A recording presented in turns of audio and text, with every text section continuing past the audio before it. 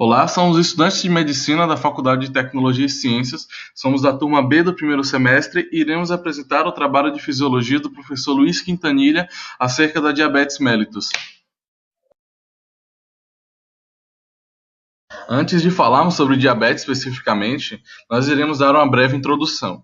A glicose é o principal nutriente que pode ser utilizado pelos vários tecidos do corpo como fonte de energia. Por isso é muito importante que haja um mecanismo que regule as suas concentrações. Suas concentrações normais no corpo, em jejum, variam entre 80 a 90 miligramas por decilitro, enquanto, após uma refeição, o nível de glicose no corpo ele varia entre 120 a 140 miligramas por decilitro.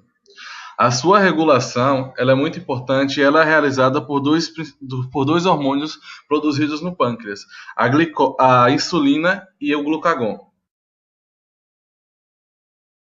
A insulina é um hormônio produzido no pâncreas pelas células betas das ilhotas de Langerhans. Sua principal função é pegar a glicose do corpo e colocá-la dentro da célula. Sua secreção ela é estimulada principalmente pelo aumento nos níveis de glicose no corpo. E a sua deficiência ela pode causar principalmente a diabetes mellitus. Um outro hormônio muito importante na regulação da glicose sistêmica é o glucagon, produzido também no pâncreas pelas células alfa.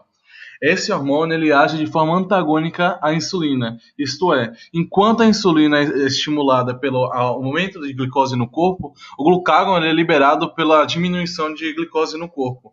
Ele tem como função pegar a glicose que é armazenada no corpo em forma de glicogênio, quebrá-la em um processo chamado glicogenólise e liberar essa glicose no corpo. Nesse gráfico, nós notamos os índices de concentração de glicose em vermelho e os índices de concentração de insulina em azul em um indivíduo quando ele está se alimentando ou não. Quando esse indivíduo come, seja no café da manhã, no almoço ou no jantar, percebe-se um pico de glicose no corpo. Acompanhado desse pico, devido a essa concentração alta, há uma liberação de insulina no corpo que também encontra-se em pico. Essa insulina, ela pega essa glicose existente no corpo e coloca ela dentro da célula para que ela possa ser usada em suas atividades metabólicas. Nessa parte final do gráfico, nós notamos, após o jantar, que os índices de glicose e os índices de insulina tendem a cair, pois o indivíduo está um longo tempo sem se alimentar. É nesse momento em que essas concentrações estão baixas que o glucagon, o hormônio responsável por tirar a glicose armazenada no corpo e jogá-la de volta no sangue, é liberado pelo pâncreas para que seja usada em seus artifícios. Falando agora especificamente da diabetes, é muito importante salientar que ela não é a única doença. Existem vários tipos de diabetes com características parecidas e algumas um pouco distintas. A diabetes, normalmente, ela possui certos fatores de risco, como a idade e o peso do indivíduo. Ela normalmente é uma doença silenciosa que, quando descoberta, gera um grande impacto na vida do portador. Ela é a principal causa de amputação não traumática, ou seja, quando não ocorre um acidente, e também a principal causa de cegueira adquirida. E, além disso, no Brasil, ela é a terceira maior causa de mortalidade. A diabetes mellitus ela pode ser classificada em diabetes mellitus tipo 1 e diabetes mellitus tipo 2. A tipo 1 ela é caracterizada pela destruição das células betas do pâncreas. Com essa destruição, o corpo do portador passa a sofrer com a falta absoluta de insulina. Sem o hormônio, o indivíduo passa então a acumular grandes quantidades de glicose no sangue, gerando uma hiperglicemia. A destruição dessas células é normalmente causada pelos próprios anticorpos do portador, que se tornam hipersensíveis em algum momento de sua vida às células beta e acabam por destruí-las como se elas fossem um corpo estranho.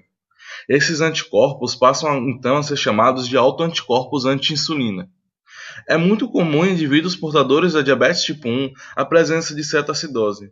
Essa condição ela é caracterizada pelo excesso de ácido acético no sangue, devido aos usos constantes de gordura como fonte de energia, graças à dificuldade do uso de glicose, pois o indivíduo não apresenta insulina corrente. Essa cetoacidose ela tende a diminuir o pH do sangue, deixando mais ácido, criando então um ambiente hostil para as diversas células estruturantes de nosso corpo. Em casos muito graves, onde o indivíduo não se trata, é muito comum a presença de edema cerebral agudo. Já a diabetes mellitus tipo 2 ela é caracterizada não pela ausência de insulina, e sim pela diminuição das sensibilidades celulares ao efeito desse hormônio. Esse tipo de diabetes ele está normalmente associado ao estilo de vida do portador. Por exemplo, indivíduos que se alimentam muito mal e são obesos, suas células tendem a acumular grande quantidade de gordura no lúmen.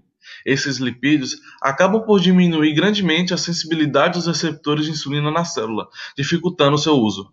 Como a insulina tem um papel fundamental de ativar esses receptores de glicose na célula, o indivíduo diabético mellitus tipo 2 apresenta também um acúmulo de glicose no sangue, visto que os transportadores GLUT não conseguem se ligar aos seus receptores celulares em diversos órgãos para transferir a glicose para os seus usos metabólicos. É importante salientar que o excesso de glicose no sangue, seja para diabetes mellitus tipo 1 ou diabetes mellitus tipo 2, tende a causar diversos efeitos tóxicos no corpo. É comum que a glicose venha danificar os nervos periféricos, gerando as chamadas neuropatias periféricas. Um exemplo são os casos de pé diabético, em que o portador perde quase totalmente a sensibilidade nervosa do pé, dificultando a percepção de feridas que podem facilmente ser infectadas. Em casos mais graves, há também dano aos vasos que irrigam o pé. Dessa forma, sem a irrigação sanguínea, o pé do diabético tende a necrosar, necessitando, em boa parte dos casos, de amputação.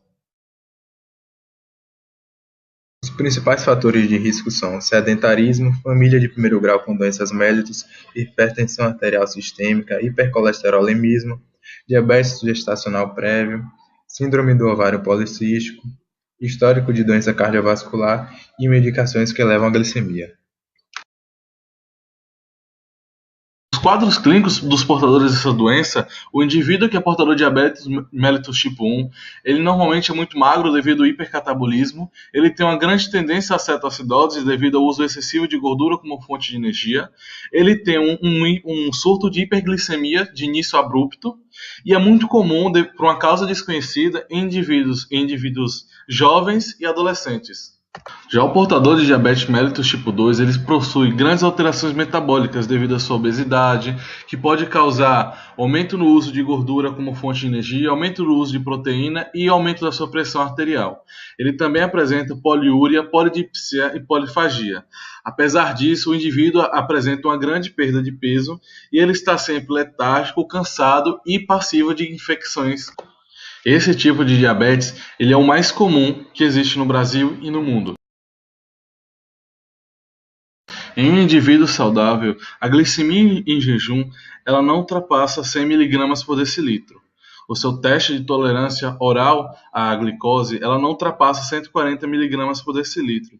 Além disso, seu teste de hemoglobina glicada ela é inferior a 5,7%. Já no indivíduo que possui a doença, a sua glicemia em jejum ela é maior, sendo maior ou igual a 126 mg por decilitro. A sua hemoglobina glicada ela é superior a 6,5% e seu teste de tolerância oral à glicose ela ultrapassa as 200 mg por decilitro.